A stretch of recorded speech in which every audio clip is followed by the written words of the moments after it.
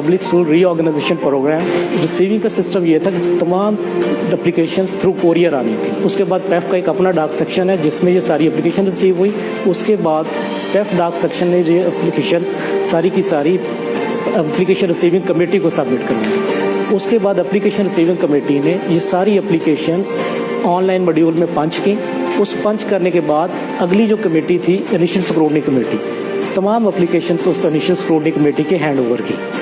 अब initial scrutiny committee का यहाँ से प्रोसेस शुरू होता है। जो इनिशियल स्क्रूटनी कमेटी की जो स्क्रूटनी है वो इस रूम में हो रही है। जो इनिशियल स्क्रूटनी हो रही है उसकी अलग अलग 3 टीम्स हैं जो हर कैटेगरीज की अलग अलग कर रही है। एक कैटेगरी इसमें एनजीओज की है, एक इंडिविजुअल्स की और यंग एंटरप्रेन्योर ग्रुप की कर रहे हैं। इस हॉल में जो लोग हैं वो यंग एंटरप्रेन्योर और इंडिविजुअल कैटेगरी की स्क्रूटनी कर रहे हैं। इस रूम में स्क्रूटनी के लिए प्रॉपर प्रोटेक्टेड एनवायरनमेंट है जिसमें सिक्रेसी कॉन्फिडेंशियलिटी मेंटेन की जा रही है। इस रूम में कोई भी बंदा बगैर आईडी कार्ड के एंटर नहीं हो सकता। अगर कोई और ऑफिशियल आएगा उसकी प्रॉपर बाहर एंट्री होगी, उस एंट्री के बाद वो इस रूम में आए। स्क्रूटनी ट्रांसपेरेंट हो रही है और मेरिट बेस हो रही है।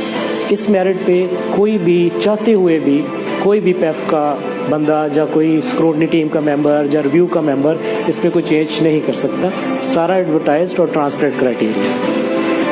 एजुकेशन के स्टैंडर्ड्स को बेहतर किया जाए, वहाँ पे एजुकेशन में ज़्यादा से ज़्यादा जो आउट ऑफ स्कूल बच्चे हैं उनको इनरोल किया जाए।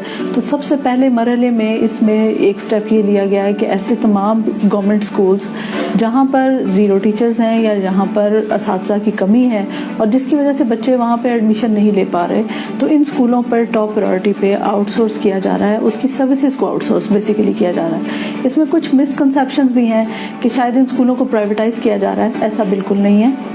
ये तमाम स्कूल्स ऐसे तमाम यंग एंटरप्रेन्योर्स, ऐसे तमाम लोग जो इस वक्त हमारे पास मौजूद हैं और जो बहुत अच्छे से इसमें बेहतर परफॉर्म कर सकते हैं, उन स्कूलों को इनकी सर्विसेज का काम असाइन किया जा रहा है। ये स्कूल गवर्नमेंट के अंडर ही चलेंगे, इसमें तमाम बच्चे फ्री एजुकेशन ही लेंगे और इसमें लेकिन हमारे पास जो सर्विसेज होंगी, जो वहाँ पर टीचर असाइन किए जाएंगे, वो हम मुख्तलिफ लोगों को इसमें जिसमें एजुकेशनल चेन्स होंगी, जिसमें इंडिविजुअल्स होंगे, जिसमें 3 लोगों का ग्रुप होगा जो ऐसे पढ़े लिखे नौजवान हैं जो इस शोबा में बहुत अच्छा परफॉर्म कर सकते हैं। उन लोगों को ये स्कूल्स जो हैं उनकी असाइनमेंट दी जाएगी कि वो इन स्कूलों को बेहतर तरीके से चला सकें।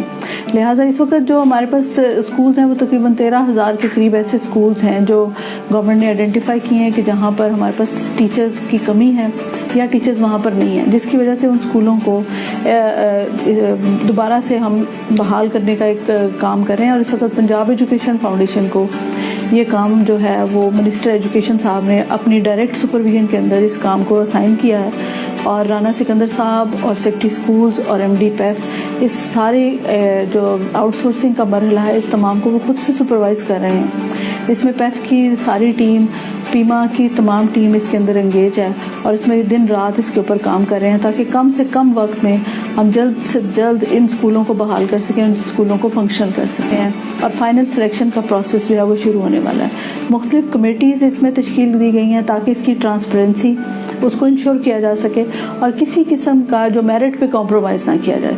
जो इस वक्त सीएम का भी विजन है, जो इस वक्त मिनिस्टर एजुकेशन का, एमडी पैफ का जो और सेक्रेटरी स्कूल्स का जो विजन है वो यही है कि मेरिट बेस्ड सिलेक्शन होनी चाहिए।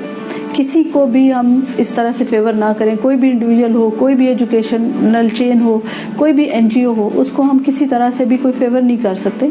ये एक मेरिट के ऊपर सिलेक्शन होगी, प्योरली मेरिट होगा। सिस्टम बेस्ड सिलेक्शन है जिसमें तमाम लोग जिनकी एजुकेशन, जिनका एक्सपीरियंस, जिसमें उनकी प्रॉक्सिमिटी, जो उनका वर्क एक्सपीरियंस है उसको कंसिडर करते हुए जो टॉप स्कोर करेंगे उन लोगों को ये स्कूल असाइन किए जाएंगे।